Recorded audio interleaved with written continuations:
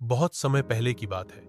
घने जंगलों के बीच एक रहस्यमयी जगह थी जिसे सभी जंगल के जानवर और आसपास के गांव वाले जंगलपुर कहते थे।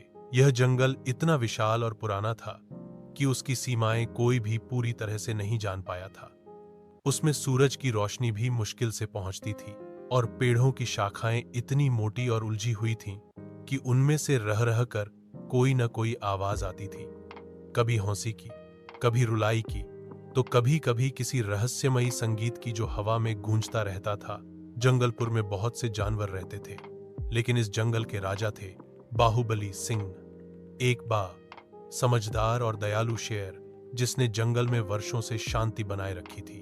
उसके सबसे करीबी मित्र थे बुद्धिमान हाथी ज्ञानेश्वर, मजाकिया बंदर चिंटू, चालाक लोमड़ी रूसली और एक बहादुर मगरमच्छ झरना। इन सभी के बीच एक खास दोस्ती थी और वे हर मुसीबत में एक दूसरे का साथ देते थे। पर जंगलपुर की शांति एक दिन टूट गई जब अचानक एक रहस्यमयी गुफा के भीतर से नीली रोशनी निकली और साथ ही एक डरावनी चीख सुनाई दी। सब जानवर डर गए, यहां तक कि पेहों पर रहने वाले उल्लू भी चुप हो गए। राजा बाहुबली ने सब जानवरों की सभा बुलाई और कहा, हमारा जंगल संकट में है। कोई बहुत पुरानी शक्ति जाग गई है जिसे हमें रोकना होगा। ज्ञानेश्वर ने कहा कि यह गुफा दरअसल काल गुफा है जो हजारों साल पुरानी है और जिसके भीतर कोई चिरंतन शक्ति बंद थी जिसे एक श्राप के तहत वहां कैद किया गया था। अब वह जाग गई है। चिंटू बोला, पर हम उस गुफा में जाएंगे कैसे? कहते हैं वहां गए तो कोई लौटकर नहीं आया। पर रूसली ने चालाकी से कहा, जहां सबसे ज्यादा डर होता है वहीं सबसे बड़ा राज छुपा होता है। इस पर बाहुबली ने निर्णय लिया कि वे पांचों मिलकर उस गुफा की ओर जाएंगे। रास्ते में उन्हें भयानक दलदल, झाइयों में छिपे जहरीले कीड़े, अजीब सी आवाहें और उड़ती चमगादड़ों की फौज से गुजरना पड़ा।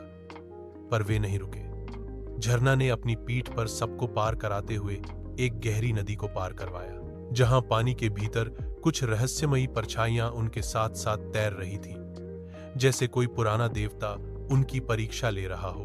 अंततः वे कालगुफा के दरवाजे तक पहुंचे जो पत्थर का बना था और उस पर कुछ अजीब आकृतियां बनी थीं जिन्हें ज्ञानेश्वर ने पा और बताया कि यह एक पहेली है जिसे हल करने से ही दरवाजा खुलेगा। चिंटू ने मजाक में जवाब दिया, कहीं ये पहेली कुछ खाने पीने की ना हो।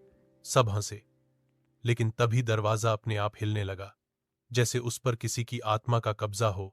अंततः ज्ञानेश्वर ने पहेली हल की। जो बिना परों के उड़ता है और बिना मुंह के बोलता है, बताओ क्या है? जवाब था हवा, और दरवाजा खुल गया।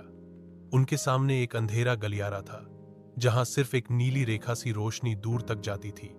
सबने हिम्मत जुटाई और भीतर चले गए, पर अंदर जाते ही गलियारा बंद हो गया और अब उनके पीछे कोई रास्ता नहीं था। चारों तरफ धुंध थी और एक अजीब गंध भी जो धीरे धीरे उनकी चेतना पर असर डालने लगी। रूसली को भ्रम होने लगा कि कोई उसके कान में कुछ फुसफुसा रहा है।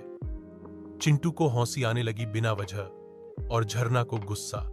बाहुबली ने ओर से दहाहा जिससे सबको होश आया।